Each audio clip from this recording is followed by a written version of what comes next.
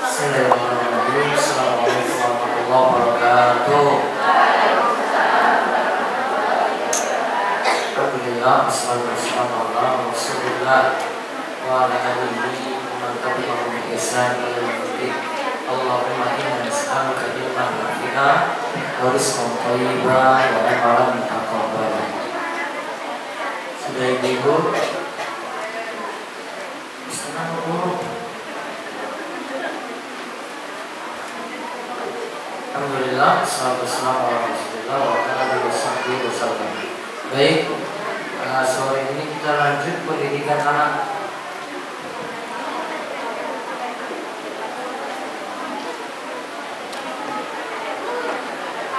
Sampai mana? Nama yang disukai dan nama dibenci? Iya, pemberian nama sampai mana kan?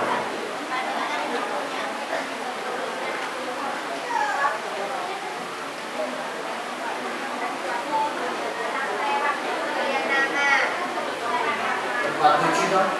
Sekarang 4.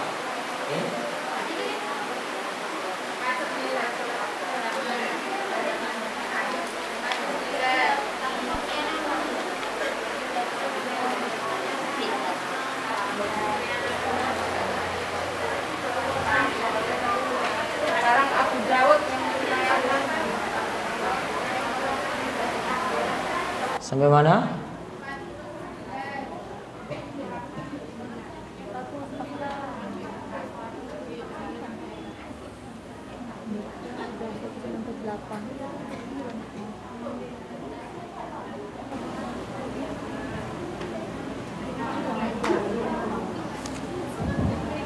Dari 48. Dari Abu Dawud meriwayatkan. Iya, baca. Abu Daud meriwayatkan, ya betul. Lanjut. Abu Dawud meriwayatkan di dalam sunannya ketika Hani diutus kepada Rasulullah Sallallahu Alaihi Wasallam ke Madinah bersama kaumnya. Mereka menyebutnya Abul Hakam, Maha Pemberi Keputusan. Kemudian Rasulullah Sallallahu Alaihi Wasallam memanggilnya dan bersabda, sesungguhnya Allah lah pemberi keputusan dan kepadanya lah kembali segala keputusan. Ayo, simak HP-nya dipateni C. Ya, lanjut. Karenanya, mengapa engkau disebut Abul Hakam? Ia berkata, sesungguhnya kaumku apabila mereka berselisih di dalam satu perkara, mereka meminta keputusan kepadaku dan aku memutuskannya di antara mereka sehingga masing-masing di antara kedua belah pihak merasa rela. Rasulullah Sallallahu Alaihi Wasallam bersabda, alangkah indahnya ini. Siapa nama anak-anakmu? Ia menjawab, anak-anakku adalah Syuraih, Muslim, dan Abdullah. Rasulullah bertanya, siapa nama anakmu yang paling besar? Ia menjawab, Syuraih. Rasulullah bersabda, engkau adalah Abu Syuraih, juru penerang. Abu Syuraih. Abu Syuraih. Juru penerang. Syuraih. Siapa namanya anaknya tadi? Syuraih, terus Muslim, terus Abdullah. Sebelumnya namanya Abul Hakam. Abul Hakam ini diambil dari kata Al-Hakam. Ini nama Allah.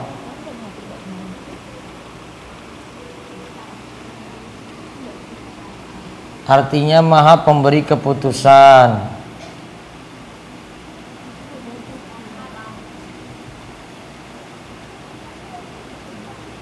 Karena kalau ada masalah di kampungnya, dia yang biasanya putuskan, maka dia disebut, digelari Abul Hakam.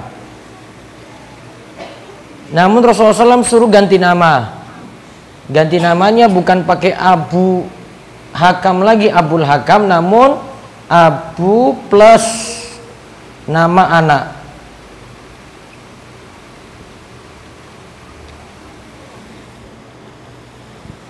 Nama anaknya 3 tadi nji? Syurai, Muslim, Abdullah. Berarti dipakai nama anak pertama. Berarti panggilannya apa? Abu Syurai.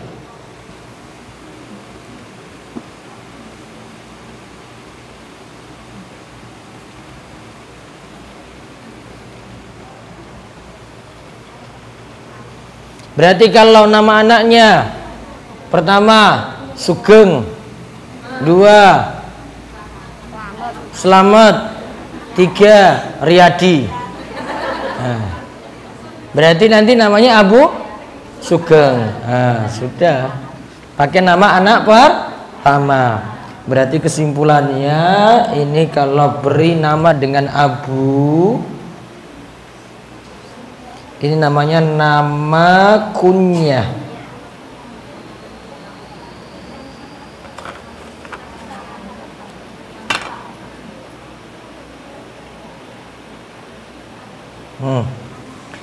Pakai Abu ini nama kunyah. Kalau perempuan tuh pakai Ummu.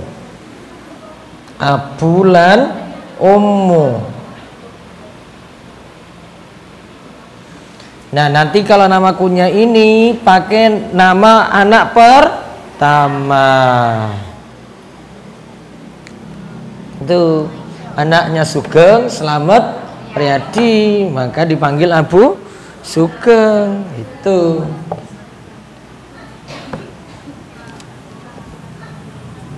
Sudah. Itu aturan beri nama kunyah. Yang tidak boleh pakai nama Allah. Abu Rahman nggak boleh. Abu Rahim nggak boleh. Abu Somad nggak boleh. Hanya boleh pakai Abdul.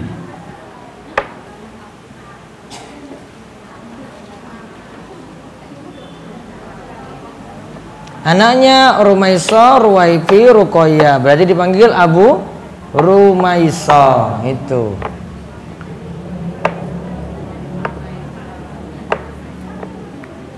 Nah, itu nama apa tadi disebut nama apa? Kunyah. Nama kunyah. Istilah wong Arab, pakai Abu apa Ummu. Kalau dalam bahasa kita itu iki bapak esopo, ibu esopo. Misalnya anaknya tadi namanya Sugeng. Oh, itu ya bapaknya Sugeng. Itu aja, sama pengertiannya. Abu Sugeng itu jadi bapak Sugeng, itu aja.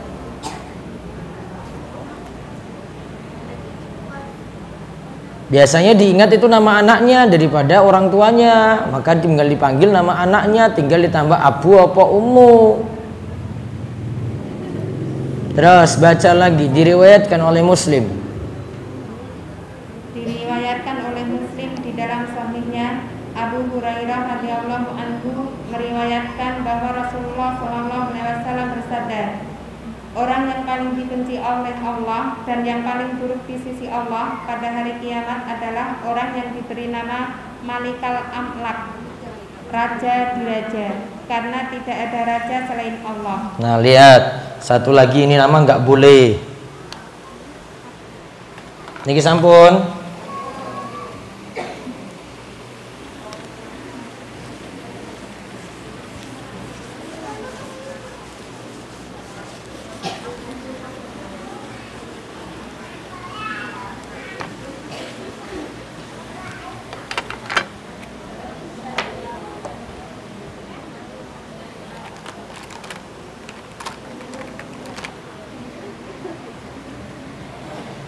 Malikul Amlak.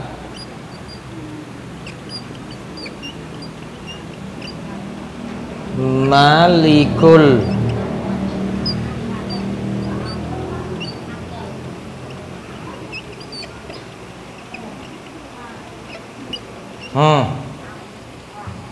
Malik raja, Amlak para raja. Berarti pengertiannya apa? raja dari para raja.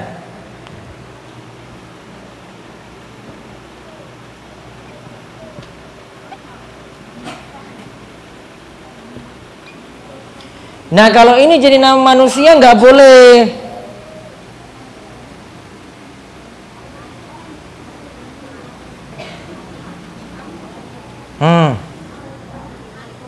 Karena itu hanya dimiliki oleh Allah. Malikul Amlak ya hanya Allah. Karena tidak ada raja selain Allah. Yang jadi Malikul Amlak ya cuma Allah saja.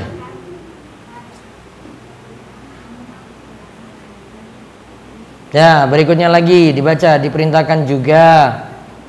Diperintahkan juga untuk menjauhi nama yang terlalu mengandung harapan dan optimis, sehingga ketika mereka dipanggil dan mereka tidak ada, maka itu tidak menodai atau menyelewengkan dari maknanya dengan menambahi kata tidak, seperti nama Aflah yang paling beruntung, Nafi yang bermanfaat, Rabah beruntung, Yasar mudah. Diperintahkan juga untuk menjauhi nama yang terlalu mengandung harapan dan optimis, sehingga ketika mereka dipanggil dan mereka tidak ada, maka itu tidak menodai atau menyelewengkan dari maknanya dengan menambahi kata tidak. Maka seperti nama contoh yang tidak bagus, Aflah yang paling beruntung, Nafi. Kalau di sini katakan harapan dan terlalu optimis, namun tidak sampai haram di sini. Coba dibacakan hadisnya dulu. Diriwayatkan oleh Abu Dawud dan At-Tirmizi bahwa Samurah bin Jundab radhiyallahu anhu berkata, Rasulullah bersabda, perkataan yang paling dicintai oleh Allah ada 4. Subhanallah, alhamdulillah, dan la ilaha illallah wallahu akbar. Jangan sekalipun engkau beri nama anak-anakmu dengan Yasar, juga jangan Rabah, Naji, dan Aflah. Adakah dia misalnya Aflah yang beruntung di sana, dan jika dia tidak ada, maka orang yang menjawab akan berkata tidak, jadi tidak beruntung. Sesungguhnya perkataan yang disukai ada 4, maka janganlah engkau menambahkan kepadaku. Nah, lihat contoh di sini tadi ya. Misalnya di absen, mana Aflah? Tidak ada. Oh, berarti tidak beruntung dia. Nah, berarti nggak pas. Mana Nafi? Oh, tidak ada. Oh, berarti tidak ada manfaat itu Nafi. Terus mana Robbah? Oh, tidak beruntung. Tidak, berarti tidak beruntung. Mana Yasar? Oh, Yasar nggak ada. Oh, berarti tidak mudah. Artinya kalau ditambahkan dengan kata tidak, malah maknanya jadi kurang bagus.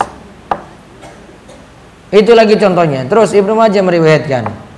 Ibnu Majah meriwayatkan secara ringkas, Rasulullah melarang kita menamakan budak kita dengan 4 nama, Aflah, Nafi, Rabah, dan Yasar. Ya, sama dengan tadi. Terus diperintahkan juga untuk menjauhi pemberian nama dengan nama-nama yang disembah selain Allah, seperti Abdul Uzza, hamba patung Uzza, Abdul Ka'bah, hamba Ka'bah, Abdul Nabi, hamba Nabi, dan yang sejenisnya, karena penamaan dengan benda-benda ini adalah diharamkan berdasarkan kesepakatan para ulama. Nah, berarti tidak boleh nama Abdul Uzza. Kemarin pernah dengar nggak nama Abdul Uzza itu siapa? Abdul Uzza. Enggak, kemarin siapa yang punya nama Abdul Uzza? Siapa yang punya nama Abdul Uzza kemarin? Siapa? Abu Lahab. Istrinya siapa? Aura binti Jamil. Ya, nama suaminya, nama Abu Lahab aslinya adalah Abdul Uzza. Nah, terus adapun sabda Nabi Shallallahu Alaihi Wasallam. Adapun sabda Nabi Shallallahu Alaihi Wasallam pada waktu perang Hunain, aku adalah Nabi, tidak bohong. Aku adalah putra Abdul Muttalib. Ini tidaklah termasuk dalam bab pemberian nama, sebagaimana yang dikatakan oleh Ibnu Qayyim al-Jauziyah.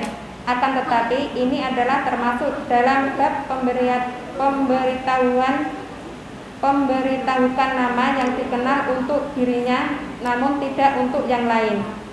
Apalagi ia dalam kondisi sedang berhadapan dengan musuh seperti posisi Nabi.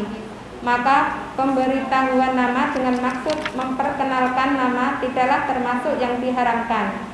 Para sahabat pun pernah mengenalkan nama kabilah-kabilah mereka di hadapan Nabi, seperti Bani Abdi Manaf, Bani Abdi Syam, Bani Abdi Dar, dan beliau tidak mengingkarinya. Kesimpulannya adalah bahwa hal itu diperbolehkan dengan maksud memberitahukan, bukan dimaksudkan untuk pemberian nama. Nah, tadi ada namanya Abdul Manaf, Abdul Syams, Abdul Dar, dan seterusnya. Itu cuma dipanggil karena pemberitahuan saja, bukan maksudnya namanya itu diberi oleh Nabi Shallallahu Alaihi Wasallam. Terus terakhir, kita juga diperintahkan menjauhi nama-nama yang mengandung makna cabul, tasyabuh, dan lainnya seperti Hiam sangat dahaga, Haifah yang kecil perutnya dan lembut pinggangnya, Nuhat yang bulat susunya, Susan nama tumbuh-tumbuhan, Mayyadah yang banyak cenderung atau pecinta, Nariman Gada yang halus atau yang lembut, Ahlam impi-impian, dan semisalnya. Kenapa? Supaya umat Islam memiliki karakter yang berbeda dengan yang dilarang dan dikenal dengan kekhususan kebagusan namanya. Nama-nama yang telah disebutkan tadi bisa menghilangkan eksistensinya umat dan menjatuhkan wibawa serta menghancurkan ruh keimanannya. Ketika umat Islam mengalami kondisi yang seperti ini, yaitu kerendahan dan kehinaan, maka akan mengalami pemandekan yang memudahkan musuh nantinya untuk merampas dan menjajah negeri tersebut. Kemudian mereka akan menghinakan penduduknya sebagaimana yang kita saksikan hari ini. La haula wala quwata illa billah. Tidak ada daya dan kekuatan melainkan dari Allah. terus tidaklah mengherankan jika Rasulullah SAW menganjurkan umat Islam untuk memberikan nama dengan nama-nama para nabi, Abdullah, Abdul Rahman, dan nama-nama lain yang mengandung untuk peribadatan, sehingga umat Muhammad ini memiliki perbedaan dengan umat yang lain. Dan di realitas kehidupan, kita selalu menjadi umat terbaik yang dilahirkan kepada manusia, menunjuki manusia kepada jalan kebenaran dan prinsip-prinsip Islam. Terus dibaca lagi di bawahnya, diriwayatkan oleh Abu Daud. Diriwayatkan oleh Abu Daud dan Nasai dari hadis Abu Wahab Al-Jasimi bahwa Rasulullah SAW bersabda, berilah nama anak-anak kalian dengan nama para nabi, dan nama yang paling disukai oleh Allah adalah Abdullah dan Abdul Rahman. Nama-nama yang paling benar adalah Harith dan Haman. Sedangkan yang paling jelek adalah Harb, perang, dan Murrah, pahit. Nah lihat, paling bagus Abdullah dan Abdur Rahman. Nama yang paling benar adalah Haris dan Hammam. Kemudian yang paling jelek itu Harb, artinya perang, dan Murrah artinya pahit. Nah sekarang terakhir kita lihat sunnah menggabungkan nama anak dan bapaknya sekaligus. Jadi disunahkan nama anak digabung dengan nama bapak. Coba dilihat lanjutannya. Sunnah menggabungkan nama anak dan bapaknya. Termasuk dalam prinsip pendidikan Islam dalam pendidikan anak adalah menggabungkan nama anak dengan nama bapak.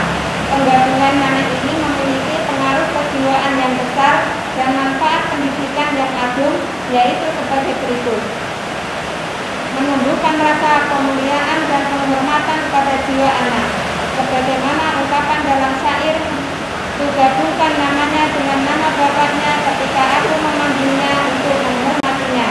Aku tidak menjulukinya karena julukan itu buruk." 2. Menumbuhkan kepribadian sosial, sebab seorang anak dianggap dewasa dan diberi penghormatan. 3. Membiasakannya etika berbicara dengan orang yang lebih dewasa dan anak-anak yang sebaya dengannya. Nah sekarang kita lihat di bawahnya ada hadis nanti disebutkan. Karena adanya faedah yang baik dan ungkapan yang mulia inilah Rasulullah SAW menjuluki beberapa anak dan memanggil mereka dengan julukan itu. Hal ini sebagai bentuk pengajaran dan arahan bagi para calon pendidik sehingga mau menempuh jalan mahadnya. Diriwayatkan di dalam As-Sahihain bahwa Anas radhiyallahu anhu berkata, Rasulullah bersabda, adalah manusia yang paling mulia akhlaknya, sedangkan yang lain aku memiliki saudara yang dipanggil Abu Umair. Nabi jika datang kepadanya, beliau menyapanya, wahai Abu Umair, apa yang dikerjakan oleh burung yang sedang dipermainkan? Seorang perawi berkata, aku kira bahwa burung itu sedang disapih. Baik, ini pembahasannya tadi tentang nama pakai abu sama ummu. Jadi kalau mau manggil orang bisa dengan ummu siapa, opo abu siapa. Itu namanya menggabungkan nama anak dengan nama orang tua. Nah, istilahnya tadi disebut nama apa? Kunya. Nah, sekarang lompat halaman 55. Akikoh dan hukum-hukumnya. Kita baca satu halaman saja. Definisi akikoh. Akikoh dan hukum-hukumnya. Definisi akikoh. Akikoh secara bahasa artinya memutus. Misalnya, seorang anak telah mengakikohi kedua orang tuanya, artinya jika ia telah memutus durhaka kepada keduanya. Seorang penyair berkata, sebuah negara di mana masa muda telah memutus jimat-jimatku merupakan tanah pertama yang debu-debunya menyentuh kulitku. Adapun secara istilah, akikoh artinya menyembelih kambing karena kelahiran anak pada hari ke-7 dari kelahirannya. Nah, lihat. Akikoh itu dari kata akkoh.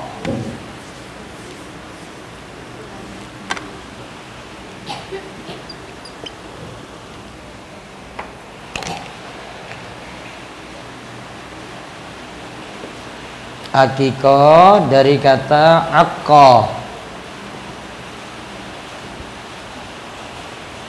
turun jadi al-akikoh.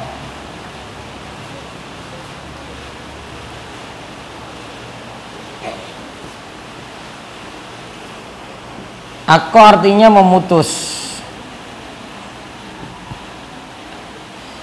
Kalau kita tarik dari kata ini ada istilah al-uquq.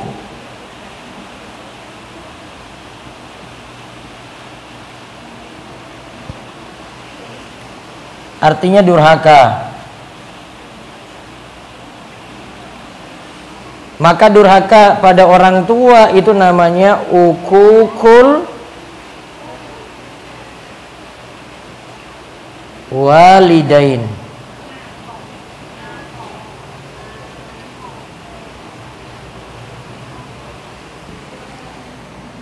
Durhaka pada orang tua. Berarti kalau berasal dari kata memutus, berarti durhaka pada orang tua berarti memutus hubungan dengan orang tua.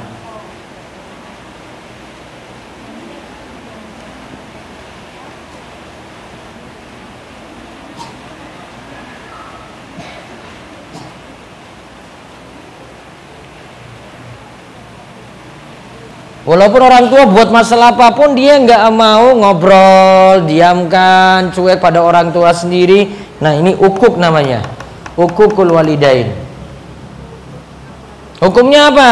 Dosa besar. Walaupun kamu yang benar, walaupun kita yang benar, ini masuk dalam dosa besar. Namun akikoh punya istilah sendiri, nggak gabung dengan uququl walidain tadi. Namun secara bahasa akkoh ini artinya apa? Memutus. Kalau diturunkan itu jadi uquq, artinya durhaka. Durhaka pada orang tua, uququl walidain. Berarti uquq artinya apa? Memutus hubungan dengan orang tua. Dosa besar enggak? Dosa besar. Walaupun orang tua buat masalah gitu, pokoknya tetap buat baik pada mereka. Tidak boleh durhaka.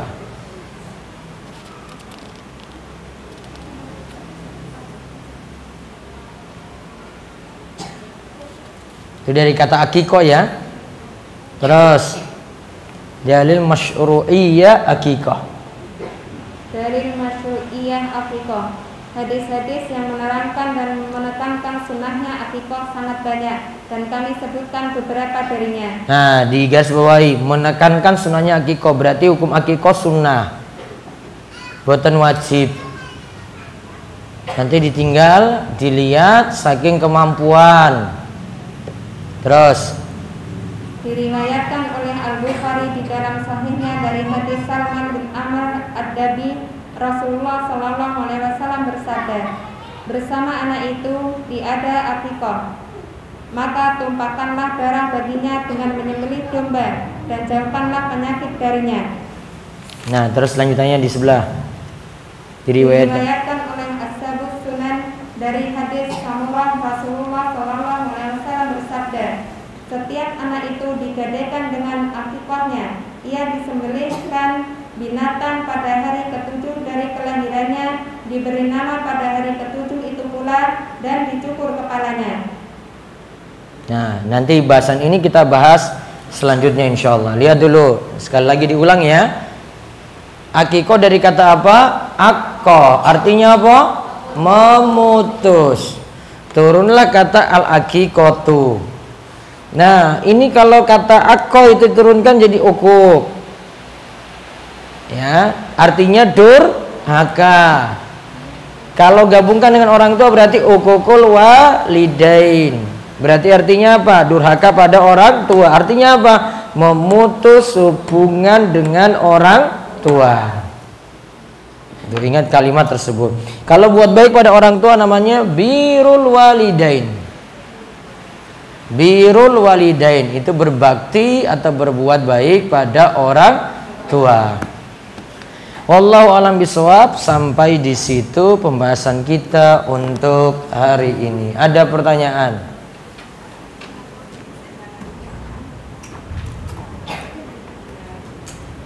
Yang mau ikut hari Ahad nanti ada. Oh, hari Ahad, hari apa? Oh, besok Sabtu.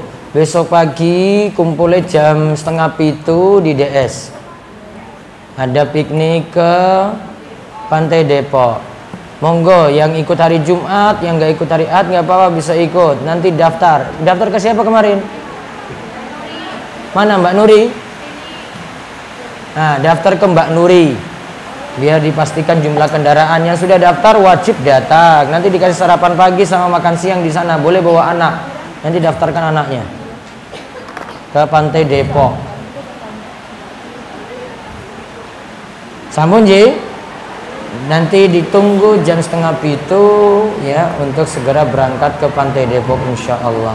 Kita libur nanti hari Ahad libur Ji. Ahadnya mangke libur satu kali. Baik, demikian kita cukupkan. Setelah ini monggo makan malam bisa dinikmati. Kita tutup kalian doa kafaratul majelis. Subhanakallahumma bihamdika asyhadu alla ilaha illa anta astaghfiruka wa atubu ilaik. Assalamualaikum warahmatullahi wabarakatuh.